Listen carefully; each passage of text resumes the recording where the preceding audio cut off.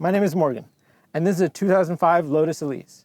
The color is Lotus Racing Green and has a single yellow stripe, a pretty rare color combination for this car. The car weighs less than 2,000 pounds.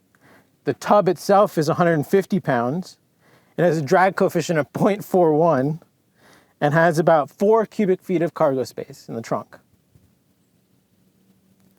The car gets 19 miles per gallon in the city and 27 miles per gallon on the highway. The engine is 190 horsepower, 140 pound-feet of torque, gives a 0-60 time of 4.7, 4.3 seconds, and 145 mile-an-hour top speed. The weight balance is 38% up front and 62% in the back. The tub is made out of bonded, anodized, extruded aluminum with a steel rollover hoop. The glass fiber composite is molded. The front and rear clamshells are completely one piece. The hardtop targa top is easily removed with 4 bolts. A soft top comes with the car and fits behind the seats. A lot of the parts on the car come from different cars. The mirrors are from a 1995 Rover MGF.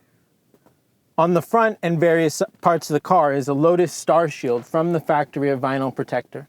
You can tell that it has a Lotus logo on the vinyl. These are the Lotus LSS wheels. They come with the Sport package. They're significantly lighter than stock. If you added up all 4 wheels, it's a 16-pound reduction in unsprung weight and rotational weight. So it's huge, huge difference. The tires on here are Advan A052s. They're really good. They have almost as much grip as the 888Rs, but these are much better for the road. They don't follow the grooves, and they're just much smoother and a much better car for road driving rather than autocross. The car also has the touring package. Included in that is power windows and leather seats, fog lights, and extra sound deadening behind the seats. The front brakes are AP Racing twin piston, and the backs are Brembo single piston. I've had a couple different pads on this car. I really like the Stop Techs. I thought those were pretty good. And for the suspension, it has an independent wishbone suspension, upper and lower. So it has uneven A's that go up and down with the suspension and give a lot more rigidity. This car has a 1.8 liter dual overhead cam supplied from Toyota. It has VVT-LI, or Very Valve Time and Lift. The engine comes from an 04 Celica GTS, and Lotus has made the engine management system for the car. Yamaha made the top end of this with the twin cams. It allows for variable valve timing. It has a 6-speed manual. And what's fun about the 05, it has a mechanical throttle. And connected to the mechanical throttle is aluminum extruded pedals. So the engine has a 8,000 RPM redline with short bursts to 8,500 RPMs, and at 6,200 RPMs is the cam switchover. Another one of the things that comes from a different company is the wiring harness for the rear taillights. It says Saab on it. General Motors gave a lot of money to the car to make it, so there's a lot of General Motors stuff also on this car. So like the tub, made out of extruded aluminum, they've chosen some other parts to extrude also. The door hinge is extruded aluminum, and the pedals are extruded aluminum. So this car is pretty analog, with a mechanical throttle, no power steering. It does have ABS brakes. Yeah, it's a great car to drive. There's not a lot of computer going on. It's just you in the car, which is pretty special. What is kind of fun is this is a Momo steering wheel. The horn buttons are on the side here. Oops. These interior vents are from an Alpha 156 or a Fiat 156. Also for the part spin, these are stocks from a Vauxhall or an Opel. Opel. It has a Cobra alarm and a GM key to get back to the General Motors. It has a Cadillac key to get it going. We got no power seats. The driver's seat slides forward and back, and that's it. And then the passenger seat is just bolted down, it doesn't move. The car is pretty basic. It doesn't even have a cup holder. And the air conditioning is built in. and it has a heater too. It's got headlights and a windshield wiper, and yeah, because this car is also right-hand drive, the panels for the start and lights is meant to go both sides. So on the right is a dummy port, and on the left are the real controls. The seats also have a lumbar where you pump it up like a blood pressure cuff, and it inflates, and there's a button to release the air. I'm going to give you some history about the car. It was handmade in Hethel, Norfolk. It was built in a converted U.S. Air Force field in 1966. The Lotus Series 1 was designed by Julian Thompson. He owned a Ferrari Dino, which has some similar lines. The Series 1 was unveiled at the Frankfurt Auto Show. It was debuted with a Rover K-Series engine in 1995. The Federal Series 2 Lotus Elise was shown at the LA Auto Show in 2004. That is where I fell in love with this car. My friend's dad asked the guy behind the rope if we could sit in it, and he said yes. So in 2004, I sat in a Lotus Elise and thought it was the best thing ever. Let's talk about the name of the car. The car was named after Romano Artolis. He was a chairman at Lotus, also some Bugatti affiliation, and it was named after his granddaughter, Elisa. So the Elise was named after Elisa. So a bit about Lotus itself. Colin Chapman was obsessed with lightweight. His quote of simplify, then add lightness. Adding power makes you faster on the straights, subtracting weight makes you faster everywhere. So this car has a lot of variations. We have the Series 1, the Series 2, and the Series 3 Lotus Elise. The car is also the basis for the Exige and the 211. Because of General Motors' contribution to the car, Lotus was making Opel Speedsters and Vauxhall VX220s for them, with 2.2-liter GM Ecotec motors. The Lotus Elise is the basis of the Tesla Roadster. In 2008, they were sending them over on airplanes, and Tesla was electrifying them.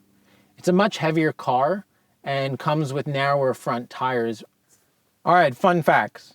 There were 3,300 Lotus Elises made in 2005, 1,000 made in 2006, 250 in 2007, and trickles down to 28 a year after that.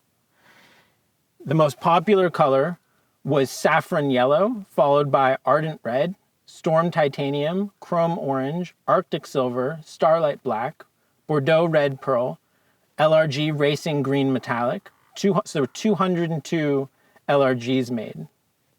So there was a total of 6,000 Lotus Elise and Extiges, and 2,500 Tesla Roadsters were made. I don't know how many VX220s or Opels were made, but I think a significant amount.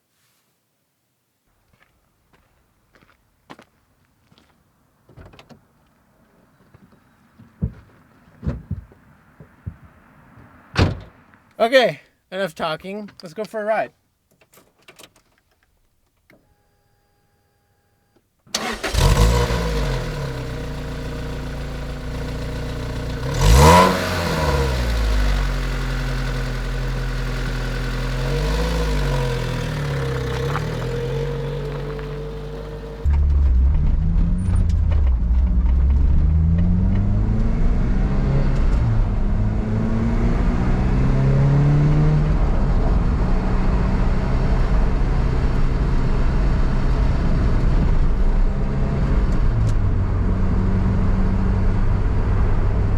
Here we are, driving in the Lotus. Some things I forgot to mention are that the car has Bilstein and Eibach shocks and springs. And the center console is also extruded aluminum. And the steering on the car is hydraulic, which gives it a little bit more of an analog feel. The steering is great. You have very light steering. When you're moving, it's very light. I can steer with just the tips of my fingers.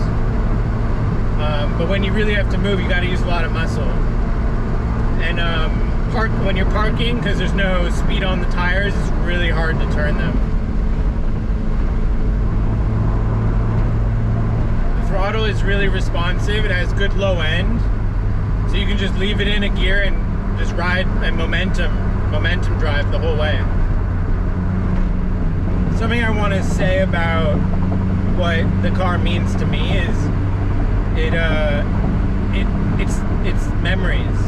It's just lots of memories of doing really fun things with the car. Things you wouldn't expect.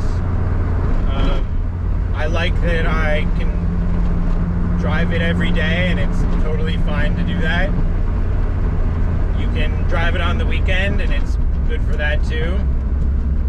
It's really a special car.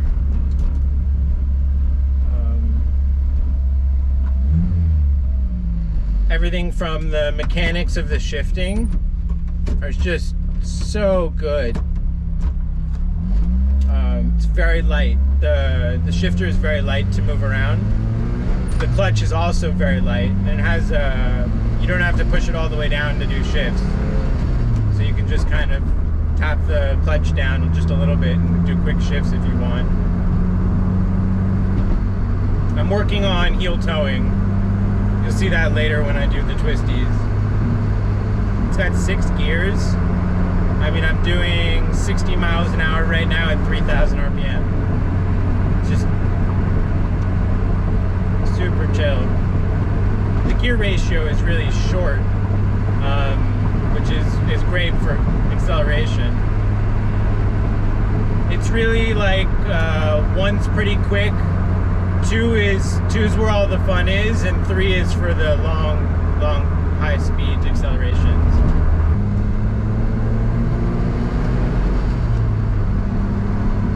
The mid-engine layout gives a great feel to the car.